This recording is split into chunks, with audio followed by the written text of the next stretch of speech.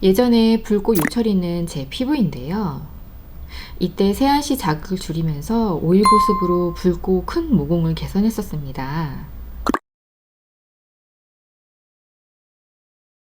이렇게 피부 관리하면서 느낀 것은 피부 관리에 화장품이 다가 아니라는 것입니다. 씻을 때 세안제를 손으로 문대는 것을 해면으로 자극 없이 씻는 것이 화장품만큼 중요하고요. 또 하나 오늘 알려드릴 것은 손으로 보습하는 것도 좋지만 손도 자극이 될 수 있어서 보습을 할 때 도구를 이용하는 것인데요. 바로 붓보습과 중간보습입니다. 제가 처음 붓보습을 하게 된 이유는요. MTS 했을 때인데요. MTS 사후 관리 매뉴얼에 붓보습 해주고 중간 보습 해주라고 하더라고요. MTS는 멀쩡한 피부를 상처내고 자극을 많이 주는 과정이라서 피부 장벽이 훼손되면서 피부에서 수분 증발이 엄청 많이 일어나는데 손으로 보습하는 것은 한계가 있어서 풋붓으로 보습제를 발라주는 것입니다. 상처 입은 피부에 손을 대는 것이 좋지 않은 것도 있어서 유리볼에 세럼을 덜어내어 붓으로 보습을 하고요. 그 다음에 크림에 오일이나 크림에 밤을 섞어서 붓으로 바르는 것입니다. 이렇게 하면 손으로 발랐을 때보다 정말 확실한 보습이 되는데요. 제가 보여드리겠습니다.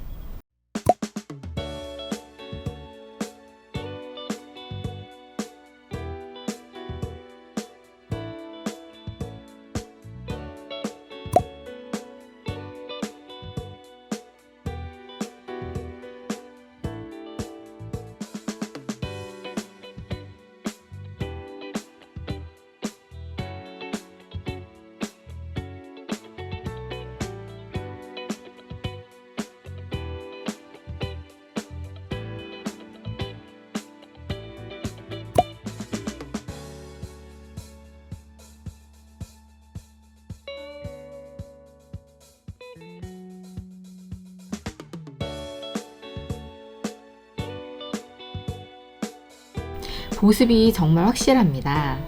신진대사가 왕성해서 피지 분비가 많은 10대, 20대에는 사실 별 필요성이 없는데요.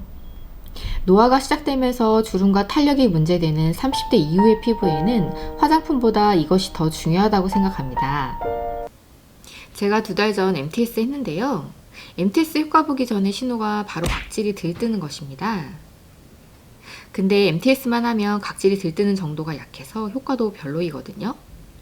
근데 저는 붓보습으로 인해 각질이 엄청 들떴었고요. 그 이후에 피부도 정말 좋아졌습니다.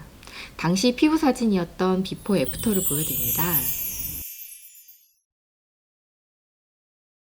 이때 붓보습과 함께 한 것이 중간보습이었는데요.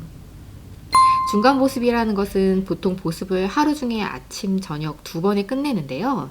이것이 부족하여 중간에 보습을 해준다는 말이거든요. 여러분, 크림 바른 후에 1시간 정도 지나면 피부가 다시 건조해지잖아요. 하루 24시간인데 하루 2번 보습으로는 모자라고 이때 2번 보습 외에 2~3번 보습해주는 것이 중간 보습이거든요. 이 중간 보습은 오일 또는 밤을 덧발라주는 것인데요. 저는 붓보습과 중간 보습으로 그나마 48이라는 나이에 비해 주름이 좀 없는 편이라고 생각을 하고 있습니다. 얼마 전에 눈가 주름에 대한 영상을 올렸었는데요. 고정 댓글에 링크 시켜드릴 테니 꼭 봐주셨으면 좋겠습니다. 피부 관리에서 화장품이나 시술이 중요하다고 생각하지만 그것보다는 자극 없는 해면 세안이나 붓보습, 중간 보습이 습관화되는 것이 훨씬 중요한 것 같아요. 기본 피부 문제는 여드름이나 트러블이지만 결국 나이 30이 넘어가면 주름과 탄력이거든요.